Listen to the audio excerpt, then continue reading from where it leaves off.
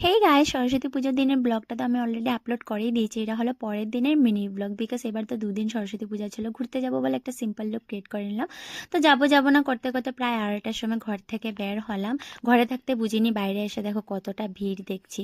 পুরো সরস্বতী পুজোর তোড়ঝোড় লেগে গেছে। তো এসেই পড়লাম আমাদের মার্ঘেরিটা কলেজে, যেখান থেকে আমরা পড়াশোনা কমপ্লিট করেছি। তো এসে সরস্বতী মায়ের দর্শন করে নিলাম। আর সোনা দেখো এখানে কি নাচানাচি শুরু করে দিল। তারপর আমার এক ফ্রেন্ডের সাথে দেখা হয়ে গেল। ওই তো ফ্রেন্ডের সাথে দেখা করা মানে একটা সেলফি তোলা। আর আজকে না সোনা পাপাকে ফটো ক্লিক করাই যায় না, অনেকটা দুষ্টু হয়ে গেছে। আর হাতে দেখো ধূপকাঠি নিয়ে নিয়েছে, জ্বালাবে বলে।